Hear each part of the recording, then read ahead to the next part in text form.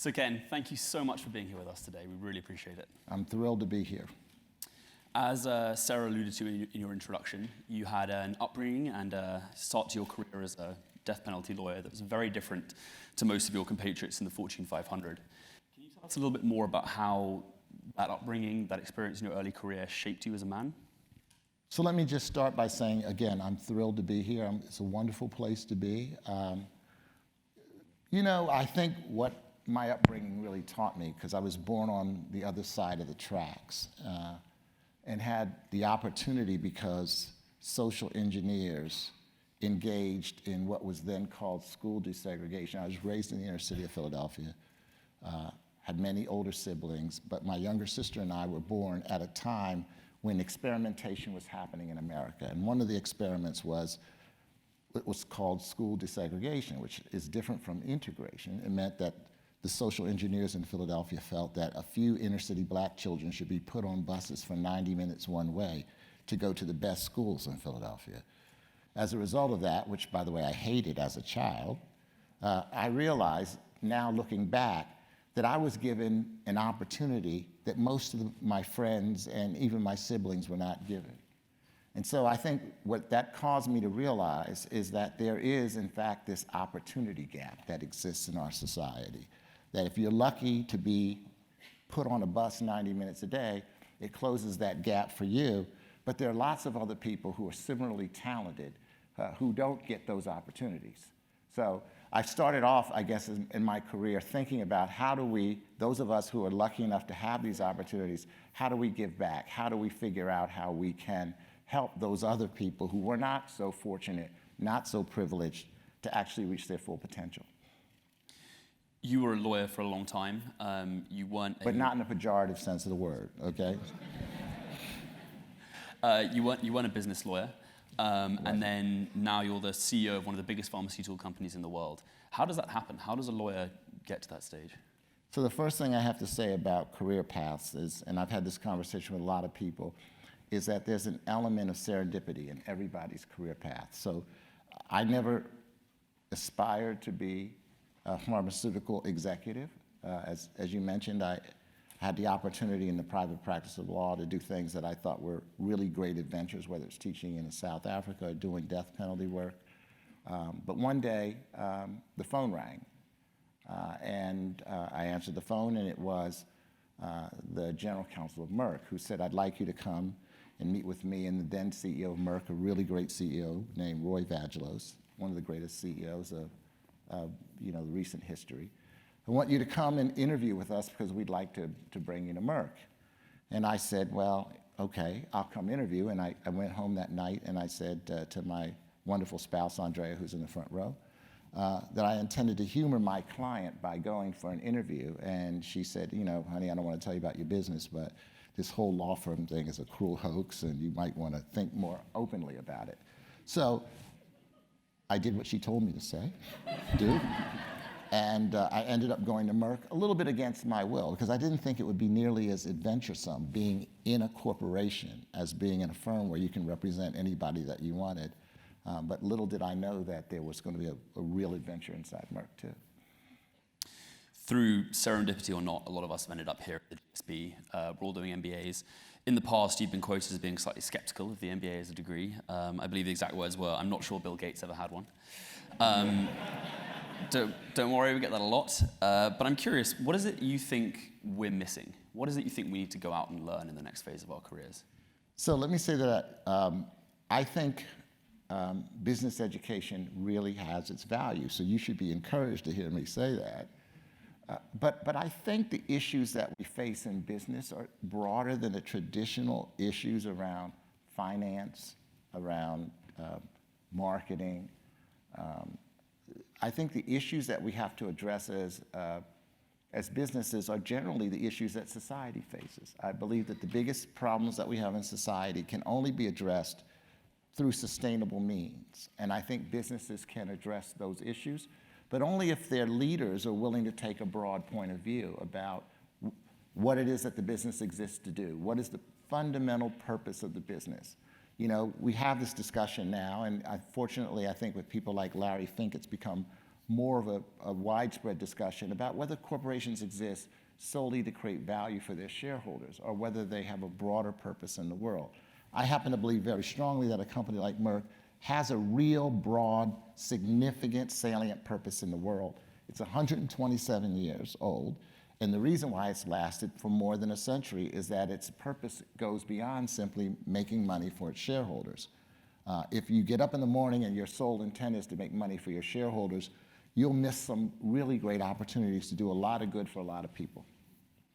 That must be particularly hard for a company like Merck, where you've got employees, you've got shareholders, and most of all, I presume you've got patients. How do you go about weighing up those different constituents whenever you make a decision? Well, there's no formulaic way to do it, obviously. But I think the first thing is that you have to remember that the company exists for this purpose. So I came to work for a really great CEO named Roy Vagelos, and I could tell you a lot of stories, but the thing that I remember more than anything else is he used to say to me, and he still says to me, he's 89 years old, and I still see him frequently. He says, there are a lot of metrics around the way the company operates. But just remember, at Merck, there are two fundamental metrics that if you remember as CEO, you can go through all your operating reviews, and you can look at your margins, and you can look at your cost of goods sold, you can look at all these wonderful metrics, but there's only two metrics in the end that matter. Number one, how many people do you help? And number two, how much help do you give those people? And if you're maximizing the number of people you help, and you're maximizing the amount of good that you do for the people that you are helping, then all of those other metrics will fall into place.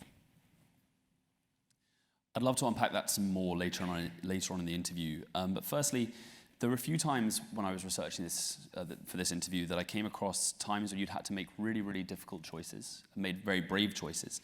For example, taking the James Cochrane case, leaving the President's Manufacturing Council. You also took on the highly sensitive internal investigation into the Paterno-Sandusky case at Penn State, and I hugely admired how you held your ground against some people who are trying to sweep certain elements of it sort of under the rug. How do you know when to act when other people around you are being silent or indecisive? Well, I had great parents, but my mother died when I was young, so I had the experience of being raised by a single-parent father who was like a drill sergeant. He was a very unsentimental person.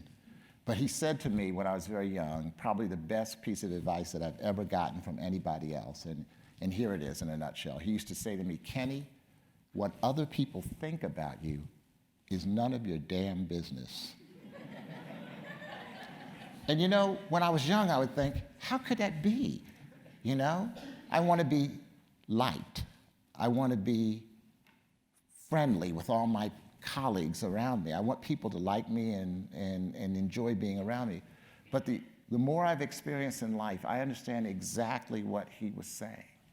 He was saying that if you can focus on what's the right thing to do, irrespective of whether people around you like you or not, then you can do the right thing. So every one of those situations, the Sandusky investigation was a very difficult investigation. I'm a very proud alum of Penn State. The week before the Sandusky grand jury, I actually exchanged correspondence with Joe Paterno, who there'll never be another coach like Joe Paterno. No one will ever coach at a school for 60 years. He was a great man. He did a lot of wonderful things. But when we began to see some of the things that were happening behind the scenes as a board, then we had to decide whether we were going to put the children first or whether we were going to put the reputation of the university first. And we chose to do what we thought was the right thing. I can't say that everybody agrees with us. In fact, many of our alums think we should have represented the university. We should have defended the university. We should have defended the football program. And I think they have a legitimate point of view from where they sit. At the end of the day, though, it seemed to me that what was right in the long run was that we took a strong stand for what needs to happen for children. And you see it happening everywhere. You see it happening at Michigan State now, right, where the same kinds of things went on. So I think that whether it's Penn State, or you take a death penalty case, it sounds great in retrospect. When you start that case, my client was 13 days before his execution date. There was a lot of hostility in that small part of Alabama because people had bought into the story that the conviction was correct. And in comes this northern lawyer, by the way, wearing a blue suit, which you're not supposed to wear in that part of Alabama, because we're still fighting that war. And I'm here to say that the community's perspective, that the community's story about what happened in the night in question is wrong.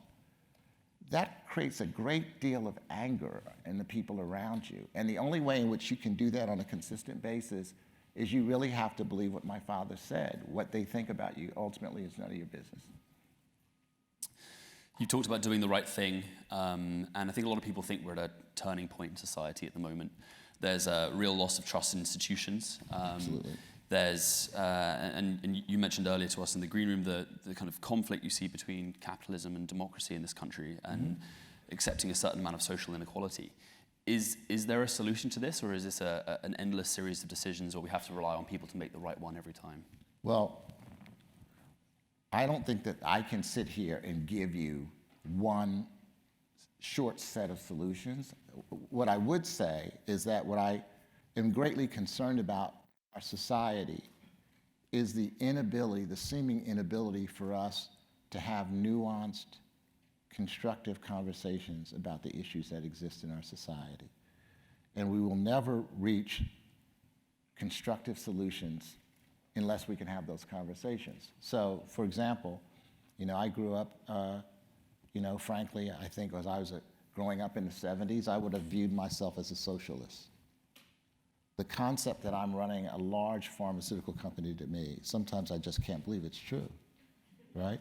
I remember having an economics professor in undergraduate school, and he was talking about capitalism. He happened to be from Eastern Europe. Professor Albinsky was from Eastern Europe, and he was talking about the virtues of the capitalist system, and I remember saying to him, "You're so conservative," and he walked over and he leaned over, he looked at me, he said, "And you, sonny boy, have nothing yet to conserve."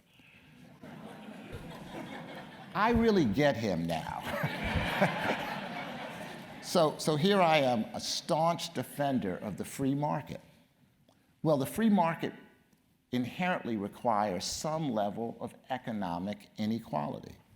Those people who create value are going to have more resources than those people who consume value.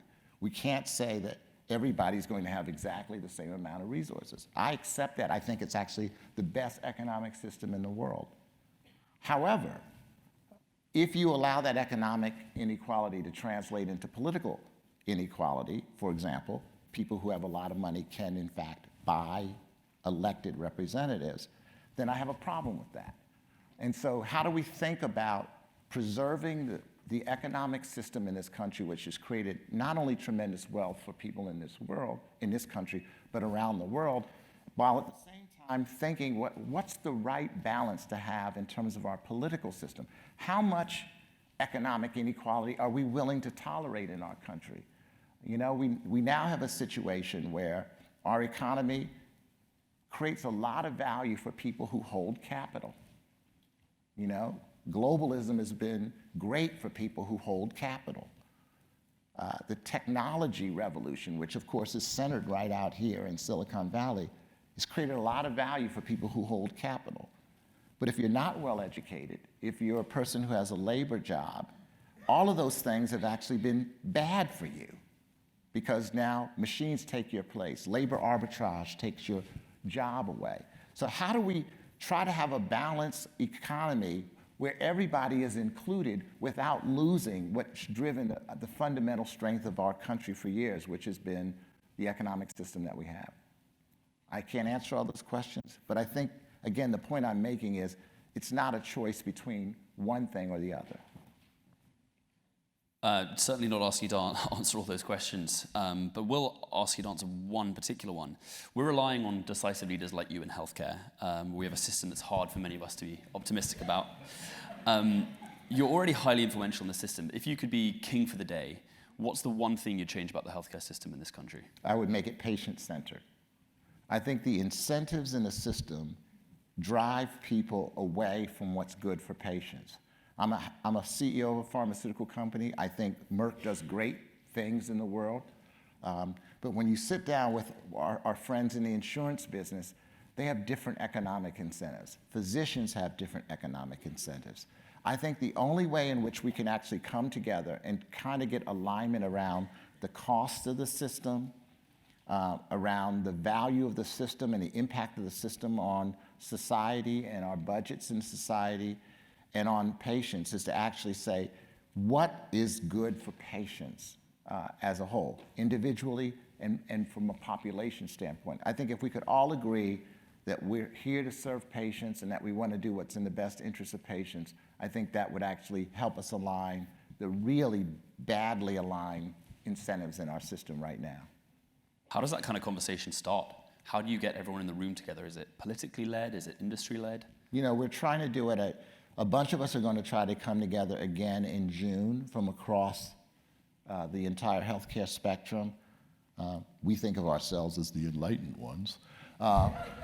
We're all going to try to get together and see if we can have a conversation that bridges some of those gaps. I mean, if you listen to what was being said the other day by President Trump and Secretary Azar, a lot of what they were focusing on is they can see how badly misaligned the incentives are in the system. So for example, you hear a lot about drug pricing.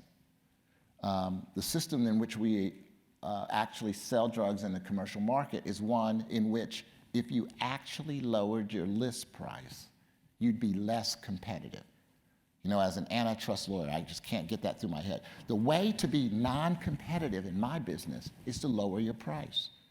Well, why is that?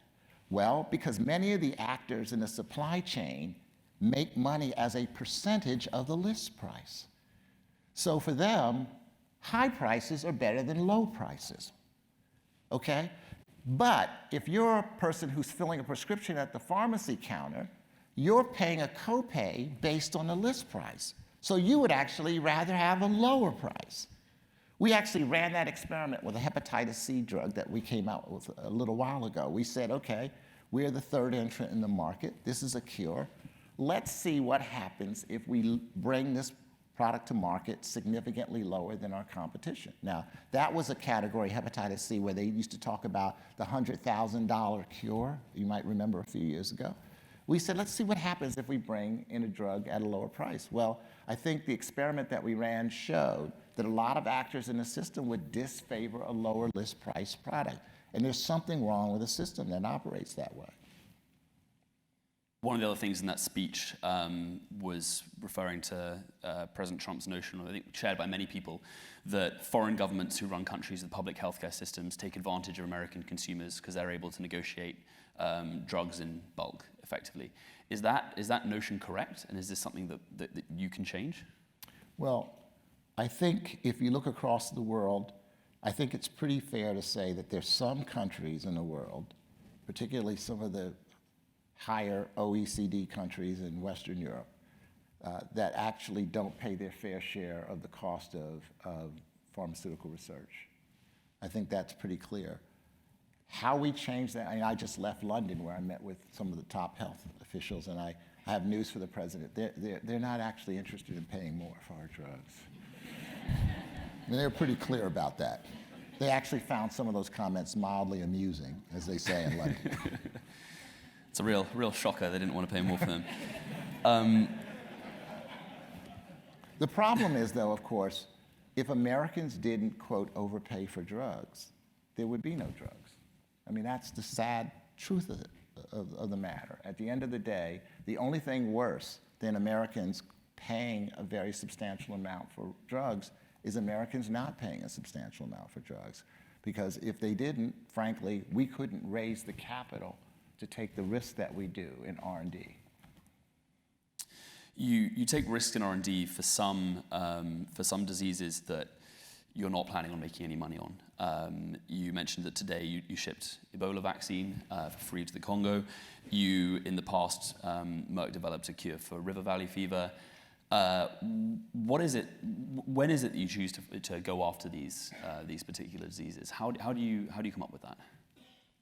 So the way that we think about our R&D enterprise at Merck is that we're pretty much agnostic to therapeutic category, and we're pretty much agnostic to modality. That is to say, we don't say we want to do a small molecule or a vaccine or a biologic, and we don't say we want to do this disease or that disease. We try to follow the scientific opportunities that we get. And the reason that we ended up in Ebola was the work that we were doing in our vaccine research organization really lent itself to doing something about Ebola at a time when, frankly, we had that last outbreak in Western Africa, Sierra Leone, Guinea, Liberia, which killed 11,000 people and made 25,000 people sick before we got it under control. We were able to look at some of the work that had been done, pioneering work done elsewhere, and say, the work that we know how to do inside Merck to sort of purify the antigen, to make sure that we bring forward the right kinds of steps to go from just having an antigen to actually having a full-fledged safe vaccine. It's what we do every day. We thought if we took that program over, if we paid for that IP, if we brought it in-house, there was a good chance that we could do something for the world, and I'm very proud that in the field tests that vaccine has been shown to be, so far, 100% effective. That's amazing. And Merck does a lot more. Well, it's hard to be more than 100% effective. Merck does a lot more for causes. And one cause I've heard you speak about particularly passionately is preventing the death of women in childbirth. Yes. Why is this something you're so passionate about, or that Merck is so passionate about? So, I think, I don't want to sound like I'm just a booster for Merck, but I will say that the company has, as part of its ethos, the concept that we should be contributing to humanity. And we don't just say, well, we're contributing to humanity because the medicines and vaccines that we make actually have a positive impact. I have to say this industry has a lot to be proud of. At the beginning of the 20th century, global life expectancy was less than 40 years. It's now above 70 years, largely driven by the innovations by Merck and other companies. But we don't say, because we invented a measles vaccine, which probably has saved 20 million children's lives over the last 15 years, that's all we need to do. We need to also look at those things that we're not required to do, and we need to find areas where we can bring both our financial resources as well as our scientific expertise to bear.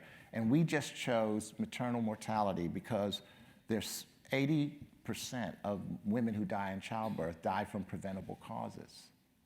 And just to give you some data, people think this is a problem in sub-Saharan Africa or India or other poor places in the world. In New York City, the chance that a black woman dies in childbirth is 12 times higher than the chance that a white woman will die in childbirth. 12 times higher. If you look across all OECD countries in maternal mortality, the US ranks 32nd out of 35 countries. I mean, that's an amazing statistic.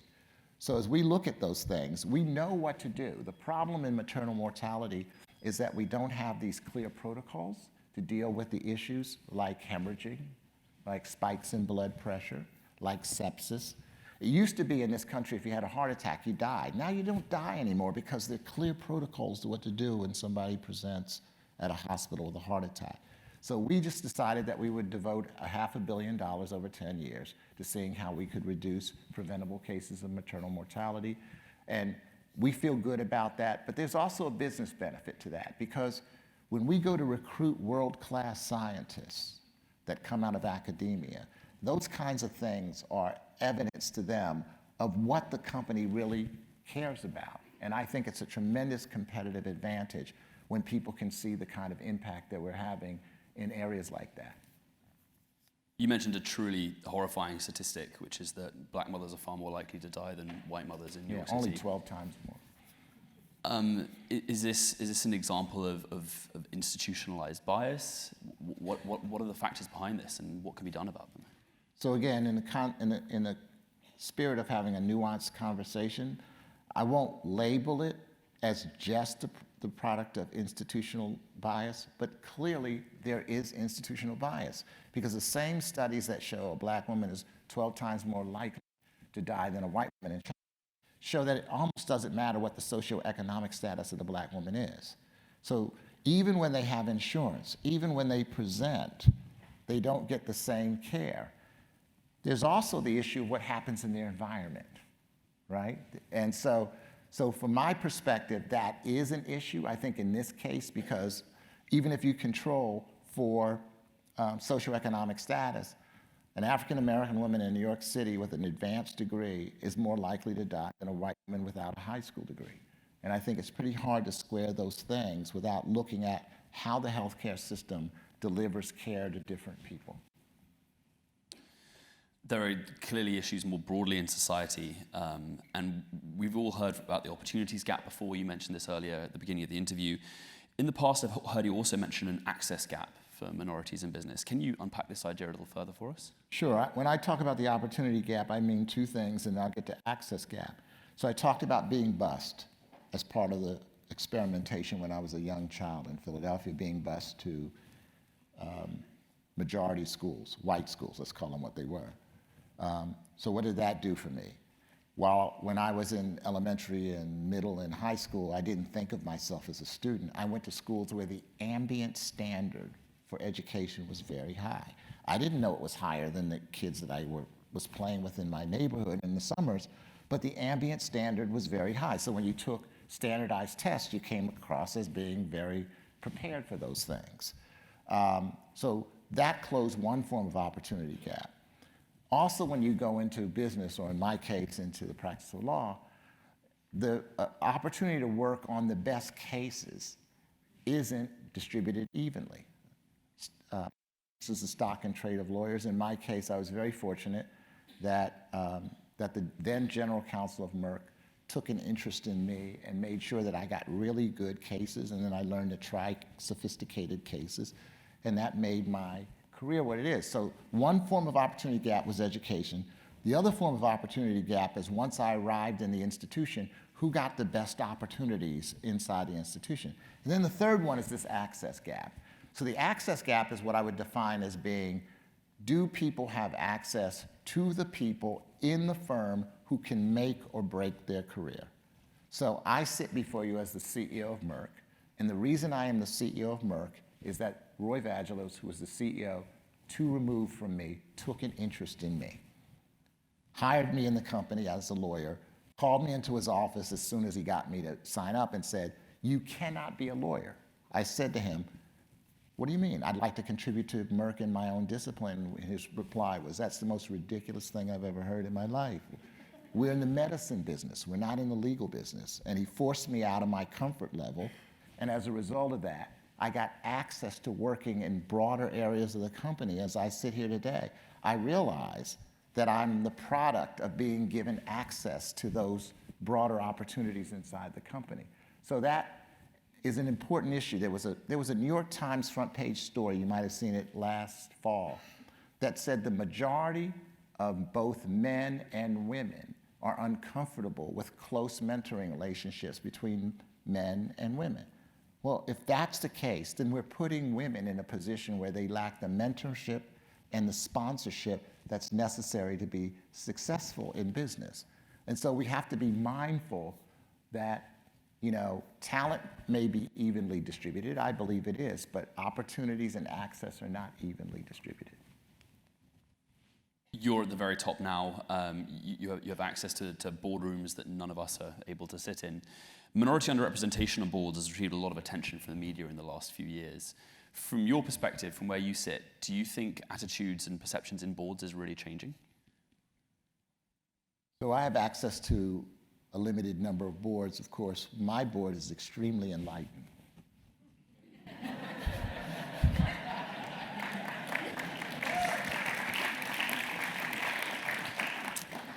Pete Wendell's in the front row. No, I do think that, generally speaking, the conversation is happening around boardrooms about representation, about diversity. I think that there still are challenges. So, for example, there's a lot of focus now on recruiting women to boards. I'll use that as an example. But the selection criteria have lagged that conversation. So everybody's eager to recruit women to boards, but they still say we want CEOs.